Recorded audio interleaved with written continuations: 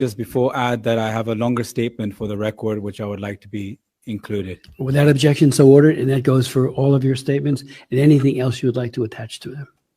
Thank you. I've traveled 15 hours to get here, so I apologize in advance to the Commission if I go a tad bit over my time. I could stand here today and talk about all the injustices unfolding in Pakistan, but today I want to give you the context, the story behind the headlines, so you can truly get a grasp of what is happening and why. Let me start with the event that shattered whatever remained of a Pakistan democratic facade, the general elections of February 8th, 2024. These were the most brutally rigged elections in Pakistan's history. The rigging started months earlier than the actual election day. They stole the symbol of our very part of the party, which was the cricket bat, so voters couldn't identify us on the ballot. Our candidates were forced to contest as independents, creating chaos and confusion. Nomination papers were rejected, rallies were banned, banners were torn down, flags were forbidden, leaders were jailed, exiled, driven underground. Many of them are here today. Yet the people of Pakistan rose to the challenge. And one of the highest turnouts in our history, the Pakistanis came out and voted for change. Independent data and independent observers have both shown with academic fact that PTI affiliated candidates have won over 170 to 180 seats in the existing parliament. Unfortunately, overnight, from 24 to 72 hours, those results were all changed. As a result, Pakistan, Tehreek-e-Insaf couldn't form a government. Brutality continued. There were too many votes for even the constituency that even held the amount of constituents. So if a constituency had 400 votes, somehow the person who got the vote changed in Form 47 had 450,000 votes. So overnight, populations grew by 50 to 100,000. Let me be very clear that Pakistan's 2024 elections were neither free nor fair. They were engineered to silence the democratic voices of millions. As if crushing democracy at the ballot box wasn't enough, Pakistan's rulers then turned their knives to the judiciary. Through the 26th constitutional amendment, they rewrote the rules of justice. They stacked the Judicial Commission with politicians, loyalists, stripping judges of independence. Our courts, once a check for executive power, became a tool of the power. Previously, judicial appointments were driven largely by senior judges, themselves ensuring a measure of autonomy and judicial independence.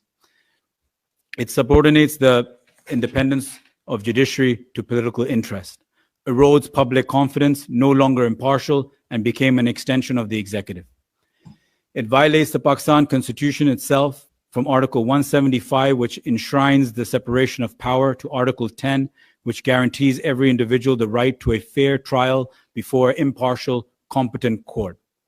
The UN Special Rapporteur on Independence and Judges and Lawyers has said, quote, real risk to judicial independence and individual rights to a fair hearing by a competent, independent, and impartial tribunal.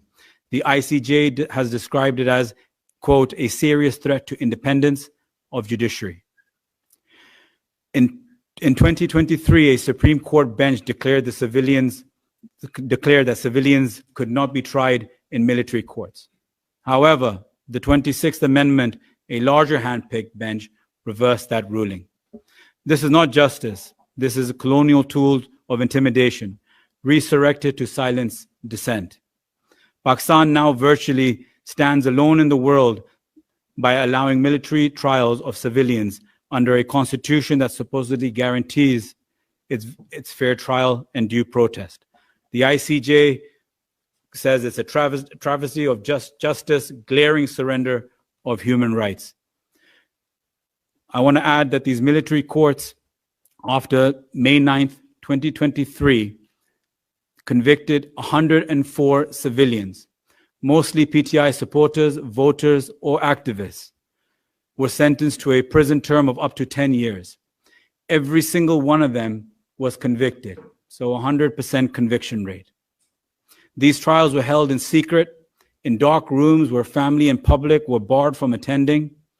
No charge sheets or judgments have been published till date. Trials happen Documents are hidden from lawyers and the legal team, so not a single document can leave that courtroom till date.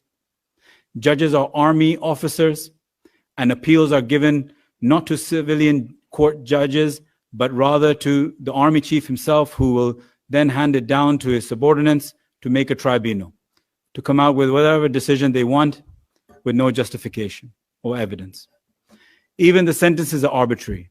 Some were jailed for a year, others were jailed for a decade. No clear reason except political punishment. An example is Barrister Hassan Khan Niazi, Imran Khan's nephew, who was sentenced to 10 years despite minor allegations. This is a purge, it's not justice. It violates Pakistan's own constitution, as I mentioned earlier. It violates international law. Article 14 of the ICCPR demands fair public trials in independent courts.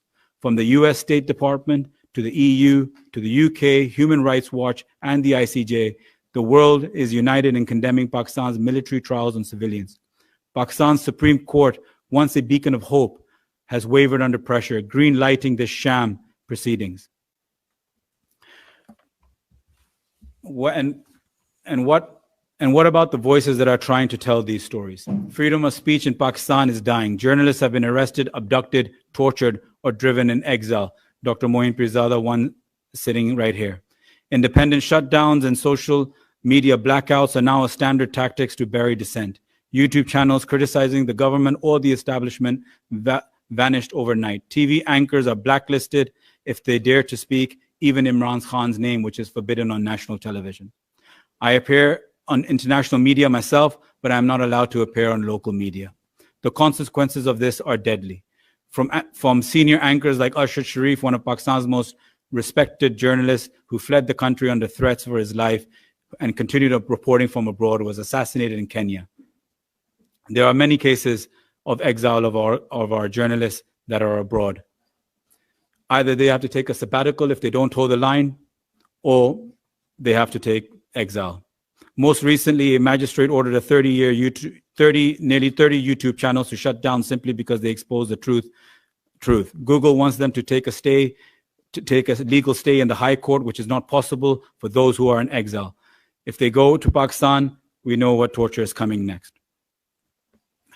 I want to, as this repression continues, the rigging of elections, the capturing the courts, military trials, the silencing of media, it all leads back to one man and one thing: the elephant in the room, former Prime Minister of Pakistan, Imran Khan.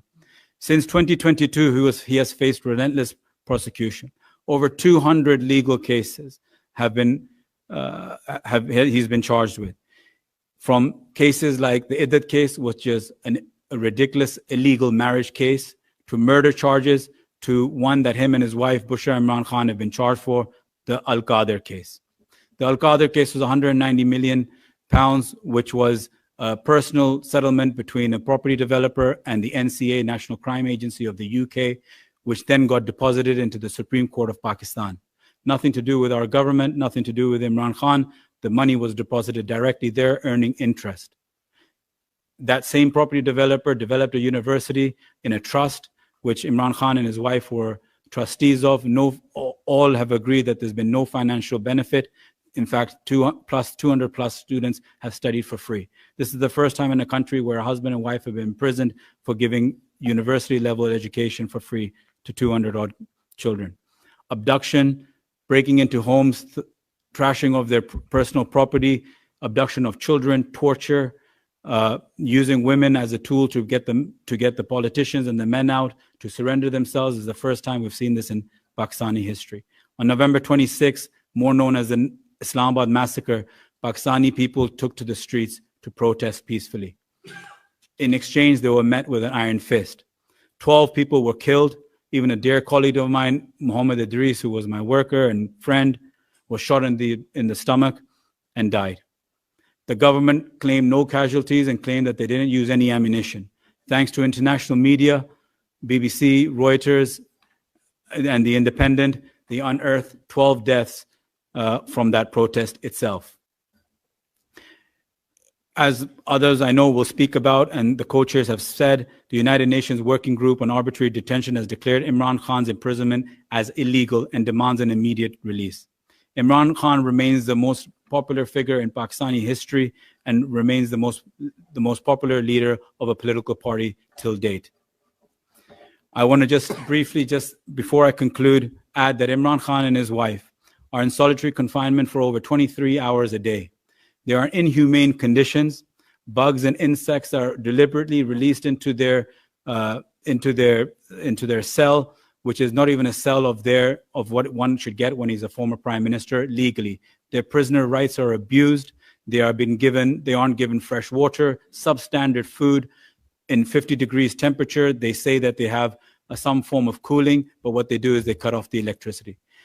Intimidation in front of his wife is done by a supervisor beating up a subordinate in front of her to intimidate her.